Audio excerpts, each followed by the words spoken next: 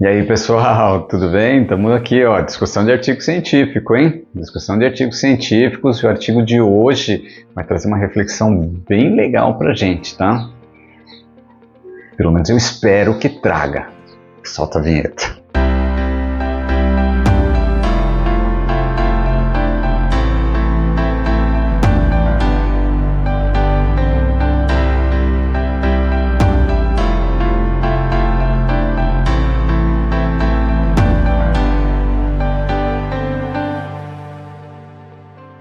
É isso aí, gente. Estamos aqui, mais uma discussão de artigos científicos. O artigo de hoje é bem legal.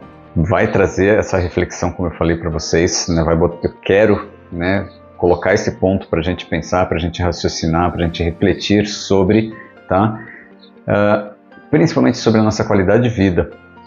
Então veja, a informação a mais que esse artigo pode trazer é com relação às nossas escolhas, o que isso tem, como que nós estamos conduzindo a nossa vida com relação às nossas escolhas. Então, antes de mais nada, antes da gente entrar aqui no artigo, já te peço aqui o teu like, teu coraçãozinho, compartilha esse vídeo, vamos levar informação para a galera que não acredita na ozonoterapia, né? Entendendo que não precisa acreditar em absolutamente nada, tá aqui a evidência científica.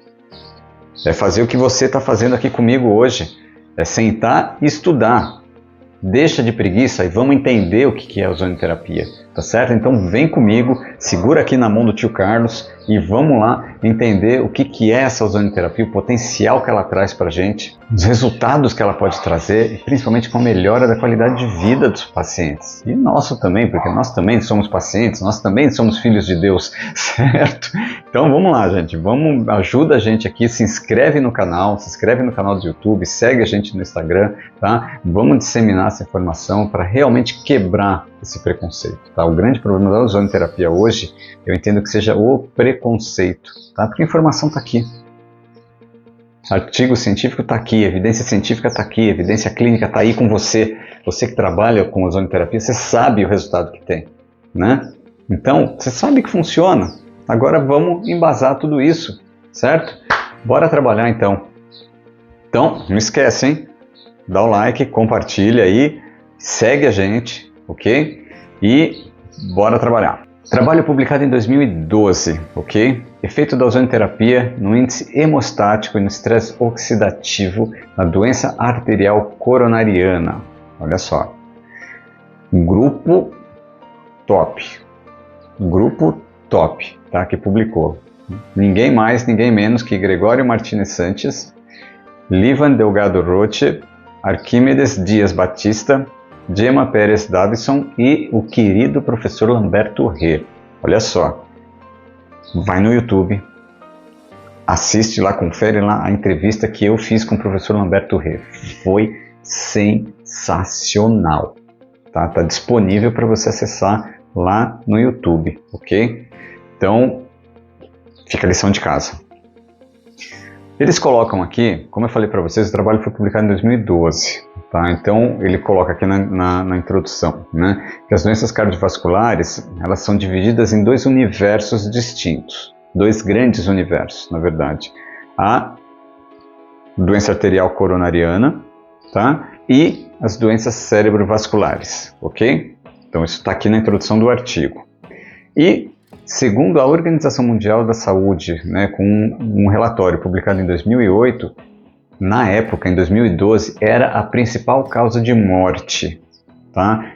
Então, compreendendo 21,9% das mortes totais mundial, tá certo? Então, do mundo inteiro, 21,9% das mortes eram causadas por doenças cardiovasculares, tá certo?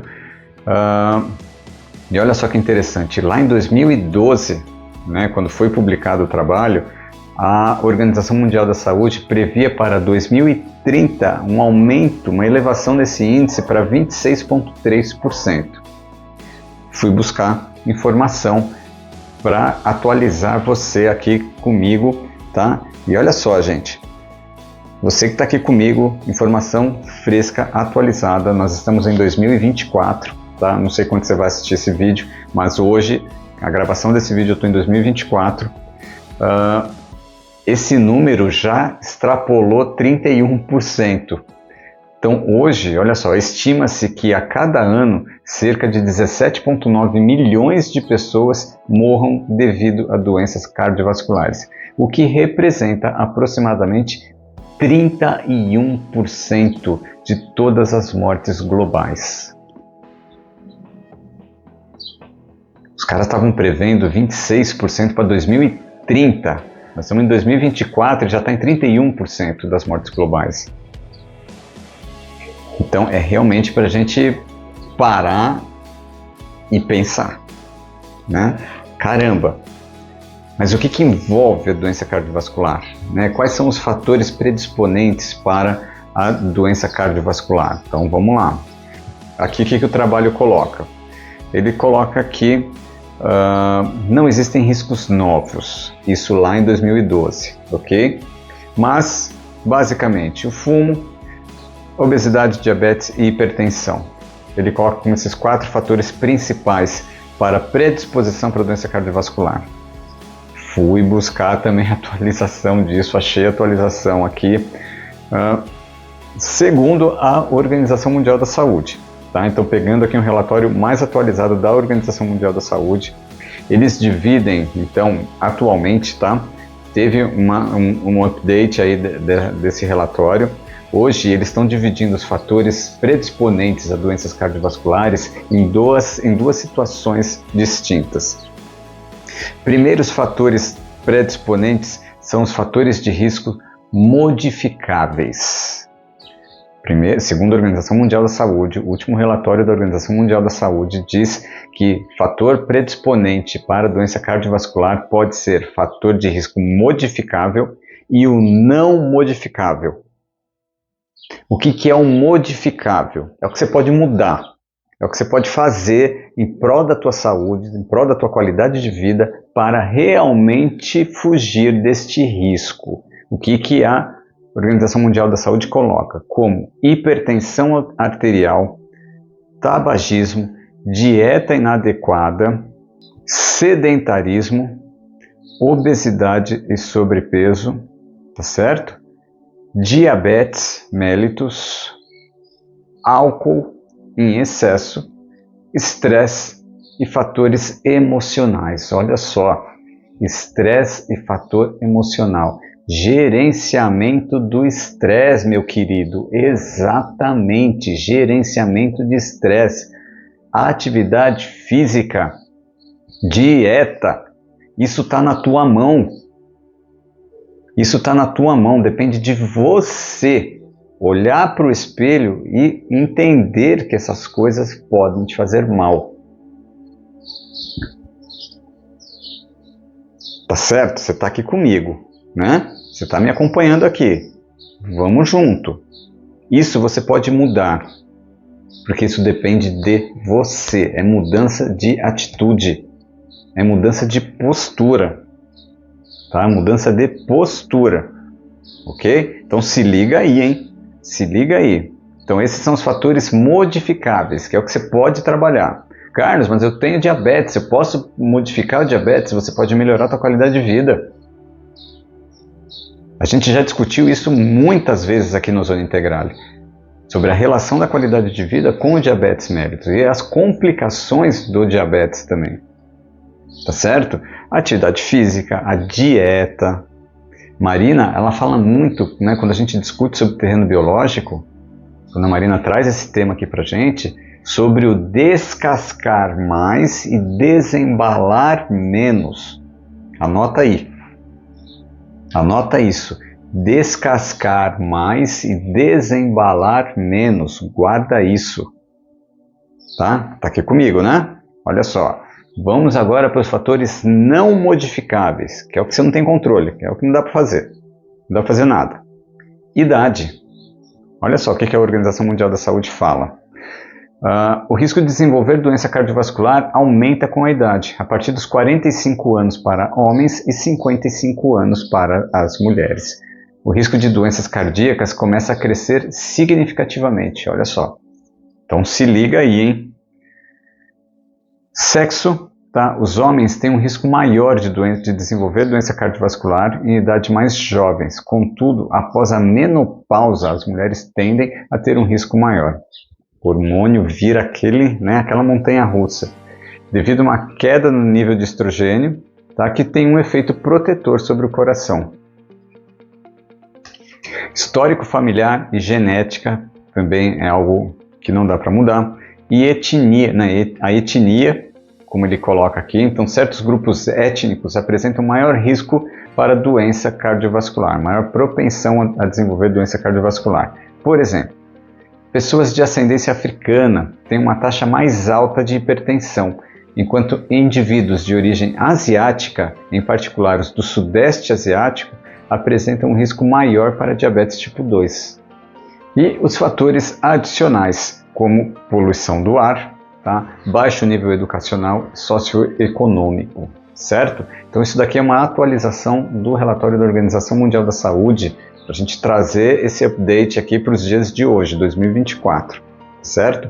Então, agora voltando para o artigo aqui que foi publicado lá em 2002, certo?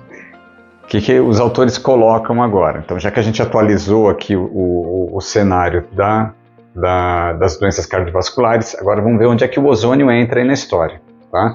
Então, olha só, o ozônio administrado numa dose apropriada, com um intervalo adequado, pode modular muitas vias bioquímicas com a ativação de mensageiros secundários. Você que acompanha a gente sabe do que eu estou falando. Quem são esses mensageiros secundários? Os LOPs.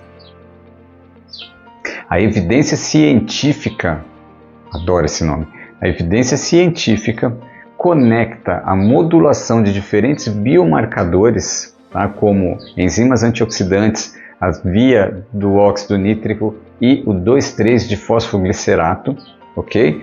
Como uma consequência da aplicação do ozônio em baixas doses. Mas como que você vai aplicar esse ozônio em baixas doses para ter esse efeito protetor? Fica aqui comigo que nós vamos falar sobre isso. É sobre isso que reflete o trabalho aqui, tá? Olha só, no modelo experimental, a insuflação retal mostrou uma melhora substancial, tá, na deformidade dos eritrócitos, sugerindo esse efeito sistêmico, ok? De correção, de modulação e de ajuste do eritrócito. Então, quando você está doente, quando você está no estresse oxidativo crônico, tá? Quando você está embarcado aqui desculpem a expressão, mas na lama, dentro de todos esses fatores que a gente comentou aqui de atualização da Organização Mundial da Saúde, o que o estresse oxidativo crônico vai fazer com você? Ele vai pegar o teu eritrócito, ele vai pegar a tua hemácia e vai amassar todo ele. Vai deixar ele que nem um papel, assim, todo amassado. Quando você entra com a ozonioterapia de forma preventiva, que é o que ele está colocando aqui, os autores colocam que a insuflação retal tem esse poder, a hemácia se corrige, ela volta a ser aquela bolachinha. Tá? Ela volta a ser uma bolachinha toda regular, toda bonitinha, solta, quebra aquele efeito rolô, né, que é o empilhamento das hemácias, ok? E aí você melhora a capacidade de transporte, de carreamento de oxigênio para o tecido. Então veja, aqui os autores estão colocando, e eles citam aqui bastante trabalhos que comprovam que a evidência científica da insuflação retal, ela promove esse ajuste de hemácia. E isso vai refletir também em microcirculação. A gente vai discutir um artigo sobre isso, tá? Sobre o papel do ozônio na microcirculação. Então, neste trabalho, nós consideramos que o tratamento com a ozonioterapia repetida em baixas doses via retal poderia regular a terapia, poderia associar, né, ser um plus para a terapia antitrombótica. Então, veja só, qual que era o objetivo principal? O paciente está lá com doença arterial coronariana, tá certo? Que é o foco principal aqui do trabalho, né? O comprometimento arterial coronariano. E vão ter dois grupos. O primeiro grupo está tomando um anticoagulante, ok? O segundo grupo está tomando o mesmo anticoagulante, só que tem o ozônio junto, o ozônio retal junto, perfeito? Então, e aí compara o que aconteceu com um, o que aconteceu com o outro. E a gente vai ver qual foi essa comparação. Então, a proposta aqui é realmente checar se a ozonoterapia pode melhorar, pode potencializar o efeito antitrombótico da medicação, certo? E melhorar o status antioxidante desse paciente, certo? Bacana, hein? Legal. Então vamos lá, vamos para a metodologia. Então esse estudo é um estudo clínico, randomizado, paralelo e controlado. Ok? Como assim? Randomizado. Não foi os pacientes entraram randomicamente, aleatoriamente para os grupos, não foi escolhido. Paciente A vem aqui nesse grupo, paciente B vai nesse grupo, paciente C nesse grupo, paciente D nesse grupo. Não, foi misturado, foi feita uma randomização, certo? Estudo controlado, ou seja, então os pacientes que foram atendidos foram controlados, né, por um determinado tempo. E paralelo, o que quer dizer estudo paralelo? Isso é um design de estudo onde compara duas propostas terapêuticas, ok? Então, no grupo controle, você tem a abordagem A, no grupo experimental, você, nesse caso, tem a abordagem A mais ozonoterapia, tá certo? Isso é um estudo paralelo, quando você compara duas situações. Então, passou por toda a parte ética, né? O trabalho foi submetido ao comitê de ética, foi aprovado em comitê de ética, os pacientes receberam um termo de consentimento livre esclarecido, assinaram o termo de consentimento livre esclarecido. Os pacientes foram ele coloca isso aqui, que eu achei bem interessante, tá? Antes dos atendimentos, todos os pacientes que foram recrutados para o estudo, tá? Eles passaram por um programa de treinamento para se familiarizar com os objetivos do estudo. Olha só que legal, achei bem interessante isso, tá? E aí foi apresentado então para esse paciente os objetivos do estudo e o plano de tratamento, ok? O paciente estando de acordo, assina lá o termo de consentimento e bora para o estudo. Pacientes adultos, de ambos os sexos, tá? Diferentes etnias, ok? Com o diagnóstico de doença arterial coronariana, que já estavam hospitalizados no Instituto de Angiologia e Cirurgia Vascular, em Havana, Cuba. Tá? Aqui é um hospital cubano. Então, esse era um critério de inclusão, tá certo? Então, tinha que ter o diagnóstico da doença arterial coronariana e estar internado nesse hospital. Critério de exclusão, condições sépticas severas, hipersensibilidade às medicações usadas, disfunção hepática, disfunção renal, gravidez, câncer ou outras doenças, né, mais sérias, ok? Inabilidade de cooperar com as necessidades do estudo, ok? E histórico recente de consumo de álcool ou droga. Também pacientes que estavam, né, na época aqui, né, passando por terapia imunossupressiva, ok? Ou anticonvulsivante, também está critério de exclusão. E participação concomitante em outro estudo clínico, tá certo? Então isso também entrou para o critério de exclusão, ou em tratamento para investigação de alguma outra droga. Então esses foram os critérios de exclusão, onde tirou o paciente da pesquisa. Colocaram até aqui, olha só, para você ver a seriedade do grupo, em cálculo amostral. Cálculo do tamanho da amostra, foi usado o sistema G-Power, ok? 3.1, colocando ali, então, erro tipo 1, 5%, erro tipo 2, 20%, com uma diferença mínima entre eles numa taxa não maior do que 25%. Tá? Difícil a gente ver isso em estudo, tá? Colocando como que é feito o cálculo amostral. Então, ponto a favor aqui, certo?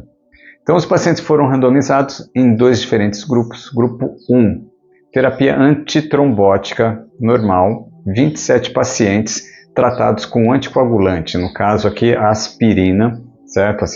O ácido acetilsalicílico, 125 miligramas, e ateromixol, que é o policosanol 5 mg, uma vez ao dia durante 20 dias. Esse é o grupo controle, ok? Grupo experimental, a mesma terapia acrescida da ozonioterapia. Então, o grupo 1, que é o grupo controle, que é a aspirina e o policosanol, certo? Foram 27 pacientes. Grupo 2, que é essa mesma terapia, mais a ozonioterapia, 26 pacientes. O que eles usaram para a ozonioterapia? 200 ml da mistura ozônio-oxigênio em 40 microgramas por ml, ok? Uma vez ao dia durante 20 dias. Esse é o clássico protocolo cubano. Tá? Esse é o clássico protocolo cubano. Então os pacientes foram encorajados. Foi solicitado aos pacientes ali que evacuassem primeiro. Isso também é outro ponto. Tá? Isso também é outro ponto. Antes da insuflação retal, precisa preparar o paciente. Antes da insuflação retal, precisa preparar o paciente. Tá certo? O paciente precisa evacuar primeiro. Então, o paciente evacuou antes dos procedimentos. A insuflação foi feita imediatamente após o enema, caso o paciente tivesse a constipação. Olha só, então, gente, tá aqui, ó. Tá aqui, precisa evacuar primeiro, tá? No estudo, tá certo? Foi usado o equipamento Ozomed, que é o equipamento cubano, tá? Que foi administrado via retal. O ozônio foi obtido pelo oxigênio medicinal, com todos aqueles critérios que a gente já conhece, certo? A concentração foi medida, isso aqui também é bem legal, tá? Para um estudo. Então, para você que vai fazer estudo aí com ozonioterapia, esse é um ponto bastante interessante. Confirmar a concentração do ozônio usando espectrofotômetro, ok? Com um índice de 254 nanômetros para análise em espectrofotômetro, ok? Então, para você que está fazendo pesquisa, anota aí que isso aqui é um ponto importante. Foram feitas, então, amostras de sangue para análise bioquímica, onde foi obtida, então, olha só, eles fizeram coleta de sangue com 12 horas de jejum, né, à noite, ali com 12 horas de jejum, e 24 horas depois da última aplicação do ozônio, ok? Então as amostras foram imediatamente centrifugadas, o soro foi coletado e as alíquotas foram armazenadas em -70 até a análise. Muito bom. Determinação bioquímica, vamos lá. Todos os parâmetros bioquímicos foram determinados como descrito por estudos anteriores, usando metodologia com espectrofotômetro. A atividade da catalase foi medida seguindo a decomposição do peróxido de hidrogênio em 240 nanômetros por 10 segundos, com intervalo de 1 minuto. Isso aqui é coisa laboratorial, tá? Então, mediram a atividade da catalase, a atividade da superóxido dismutase, a concentração do malondialdeído e é isso aí, olha só. Após a precipitação das proteínas tiol usando o ácido tricloroacético 10%, a glutationa reduzida foi medida de acordo com o método descrito aqui pela literatura. Então veja, estão analisando todos os marcadores aqui, tá? O ensaio do tempo de protrombina, o plasma do paciente foi incubado antes da adição da tromboplastina, tá, em meio de cultura, usando aqui a metodologia descrita. Tempo de sangramento foi conduzido durante o procedimento de coleta do sangue. Então isso também foi outro experimento, né, que fez parte aqui foi uma outra análise que foi feita como parte dessa metodologia, ok? Então o paciente, ele recebeu o medidor de pressão, certo? E enquanto estava sendo aferida a pressão do paciente, eram feitos dois pequenos acessos para sangrar, para medir esse tempo de sangramento do paciente ali em loco, ok? E então esse tempo ele foi medido, né? Foram colocados ali pontas de papel para ir analisando a qualidade dessa cicatrização, desse sangramento, ok? E o tempo de sangramento foi registrado. Isso foi feito então com um intervalo de 1 a 3 minutos, ok? Então pega tudo isso, vai para a análise estatística, usaram a ANOVA, que é a análise de variância de ANOVA, complementado pelo teste de Duncan, certo? Vamos aos resultados. Vamos lá. Adoro. Então, características gerais dos pacientes envolvidos no estudo. Em relação às características base ali, ok? Então ele coloca aqui a tabela 1. 75% dos pacientes, ok, de ambos os grupos, tinham idade superior a 60 anos, com uma predominância do sexo masculino. A história médica foi caracterizada principalmente por hipertensão e cardiopatia isquêmica. Tratamentos concomitantes foram então usados para controlar a hipertensão. Outro ponto importante, não teve efeito colateral em nenhum paciente tratado, nenhum paciente que participou do estudo, tá ok? Então isso também é um ponto importante. Indicadores da homeostasia. No começo do tratamento, o tempo de protrombina e o tempo de sangramento de todos os pacientes estavam em valores normais. No final do tratamento, 20 dias depois, quando terminou o estudo, o tempo de protrombina aumentou significativamente nos dois grupos. E essa melhora, esse aumento no tempo de protrombina, ele foi maior no grupo onde se acrescentou a ozonioterapia, quando comparado com o grupo controle. Então, olha só, ponto a favor, hein? Esses valores, entretanto, de sangramento não se modificaram, tá? Do começo para o final do estudo, certo? Então, mantiveram ali a mesma coisa, não teve diferença estatística significante, mas teve diferença estatística significante para o tempo de protrombina.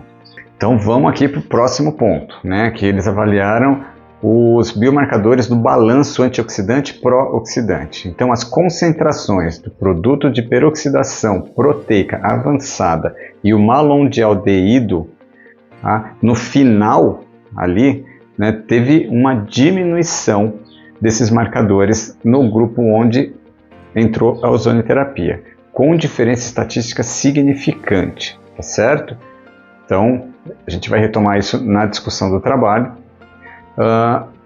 As variáveis da atividade antioxidante total em lipídios e a fração hidrossolúvel no começo do estudo em ambos os grupos, ela foi significativamente diferente dos valores de referência. Então, estava alterado esses valores. Entretanto, no final do estudo, nos 20 dias depois, uma diminuição significativa, olha só, uma diminuição significativa na atividade antioxidante total, foi conseguida no grupo onde se acrescentou a ozonioterapia, que tende a um valor normal, que levou o paciente para um valor normal, de equilíbrio. Pô, Carlos, mas o ozônio diminuiu o valor da atividade antioxidante? Não, o ozônio equilibrou. Mas vamos retomar isso, tá? A fração hidrossolúvel ela foi melhorada em ambos os grupos, mas os valores finais não tiveram diferença estatística significante. Depois e antes do tratamento, o nível de glutationa reduzida foi menor em ambos os grupos quando comparado com os valores de referência. Tá? Entretanto, depois do tratamento, as concentrações de GSH foram maiores no grupo com a ozonioterapia, com diferença estatística significante, ok? Do que no grupo controle. A atividade enzimática da catalase e da superóxido dismutase foi significativamente maior em ambos os grupos antes do tratamento, quando comparadas com a referência do grupo controle. A atividade enzimática da catalase e da superóxido dismutase, ok? Ela estava aumentada, ela foi significativamente aumentada, com diferença estatística significante para ambos os grupos, antes do tratamento, quando comparados com o valor de referência do grupo controle, mas mantiveram a mesma taxa, ok? Quando comparados com a referência. Depois do tratamento, teve uma redução de 67,2% na atividade da catalase, ok? E não modificou a atividade da superóxido dismutase. Isso no grupo sem ozonioterapia, tá? No grupo controle, certo? No grupo com a ozonioterapia, houve uma redução de 57,1% na superóxido dismutase e 32,2% na catalase. Olha só. Correspondendo, então, com uma diferença significativa, então deu diferença estatística significante, ok? Equilibrando a relação catalase-superóxido dismutase quando comparadas com o grupo controle. Então vejam, a gente vai entrar na discussão agora, mas uma coisa muito importante que se fala sobre a ozonioterapia é o controle, é o equilíbrio, nem tanto ao céu, nem tanto ao inferno, é aqui, ó, equilíbrio.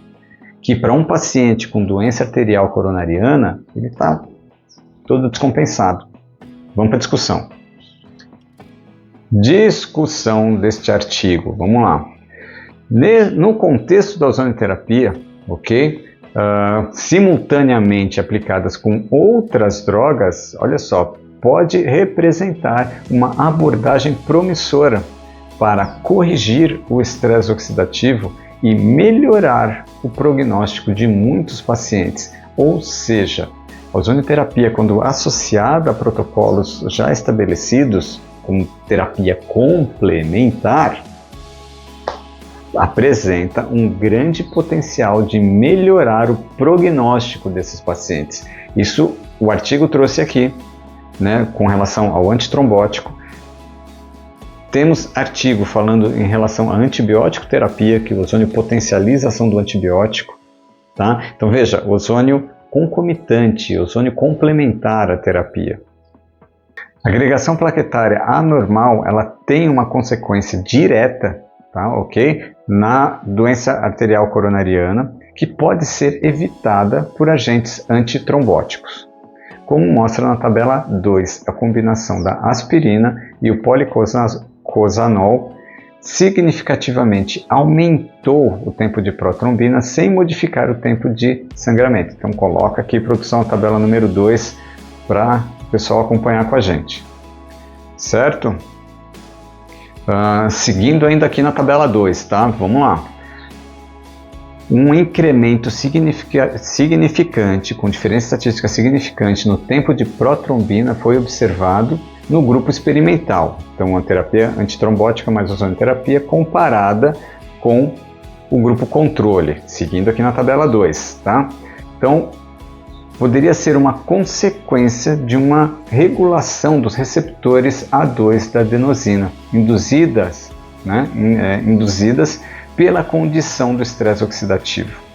Então, isso foi demonstrado que o ozônio, o pré-condicionamento oxidativo com ozônio, pode ativar receptores da adenosina A1.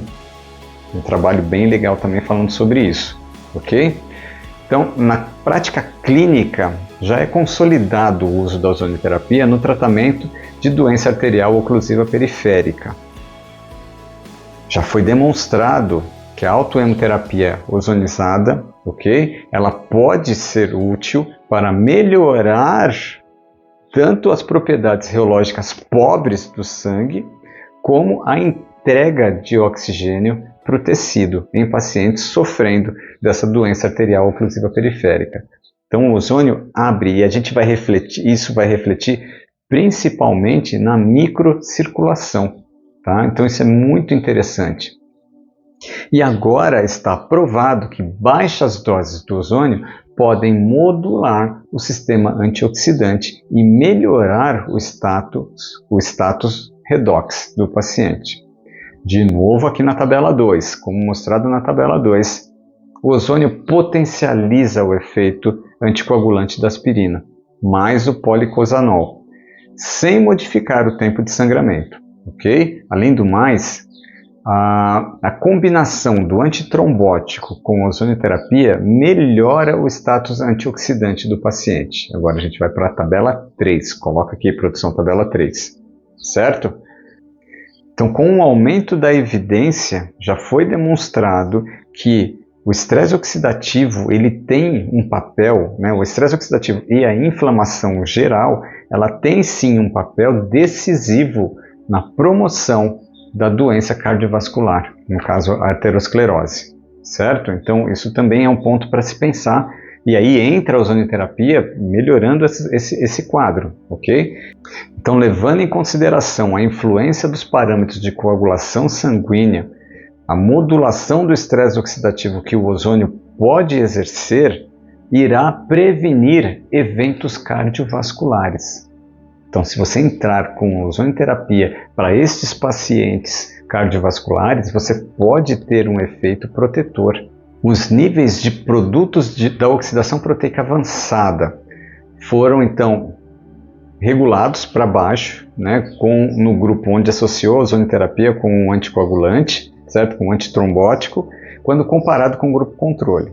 Os produtos da oxidação proteica avançada, ele é um novo marcador que pode relacionar, olha só, ele está colocando aqui, o estresse oxidativo, tá? O estresse oxidativo com toda uma alteração sistêmica desse paciente. Então veja, estamos ganhando aqui mais um marcador de análise de estresse oxidativo do paciente, ok?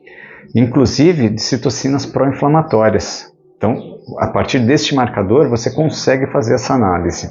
Dessa forma, o efeito do ozônio neste marcador, né, que a gente acabou de falar, ele vai conectar de uma forma indireta este índice com o controle de processos inflamatórios. Então, olha só, o ozônio regulou para baixo esse marcador, certo? Ele equilibrou esse marcador.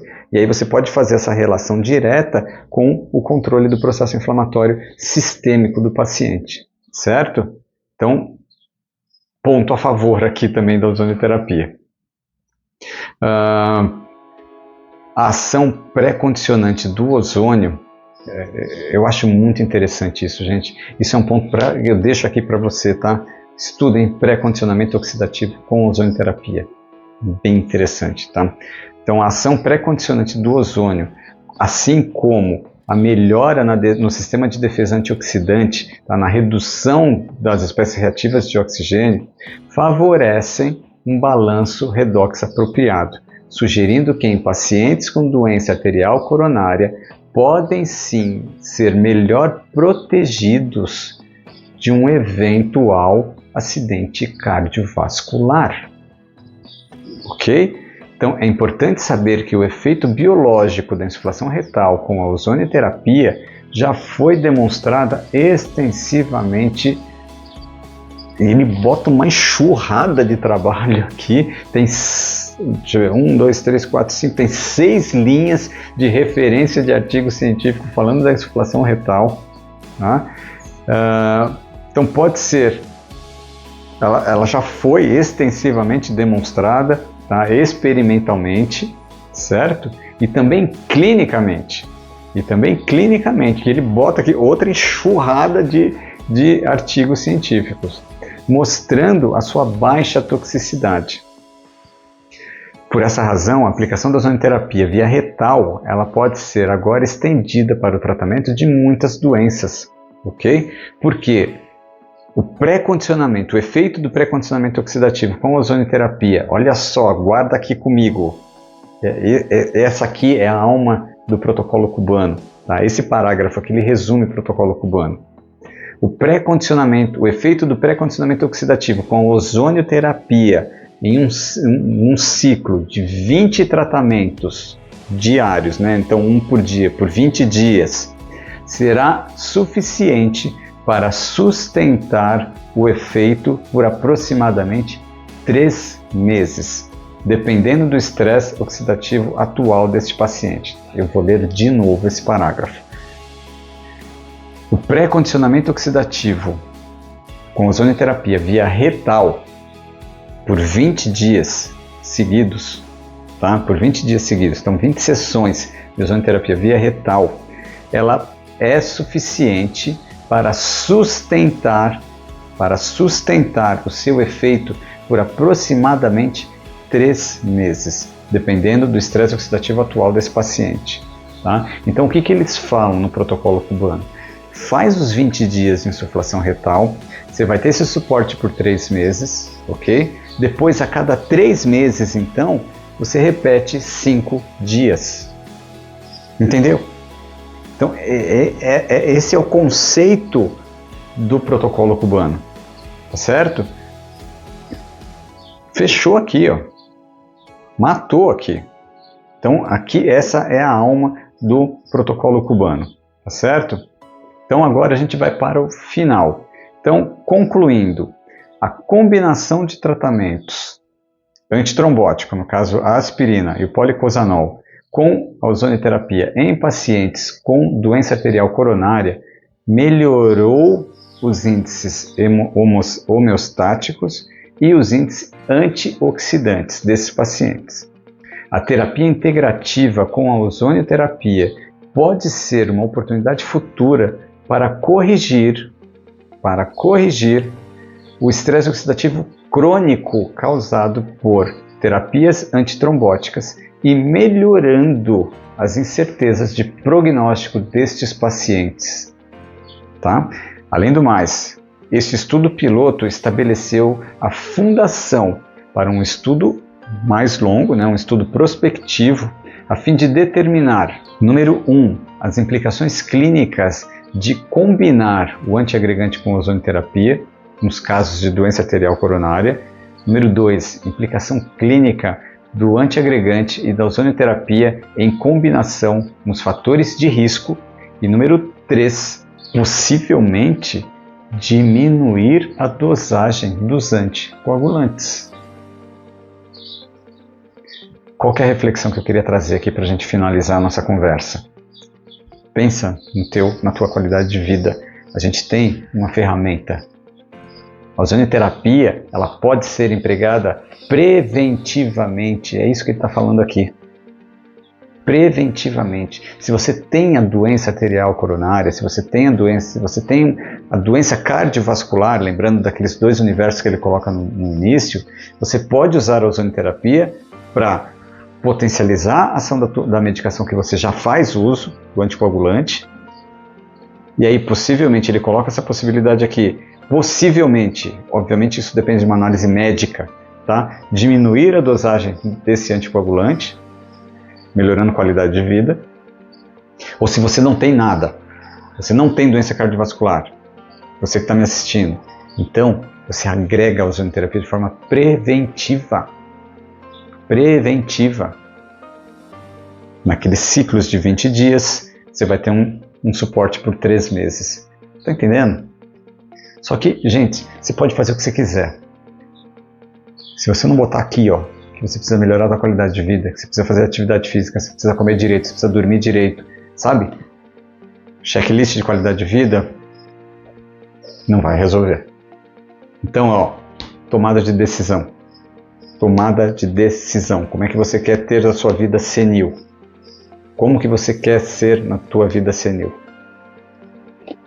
Fica a reflexão.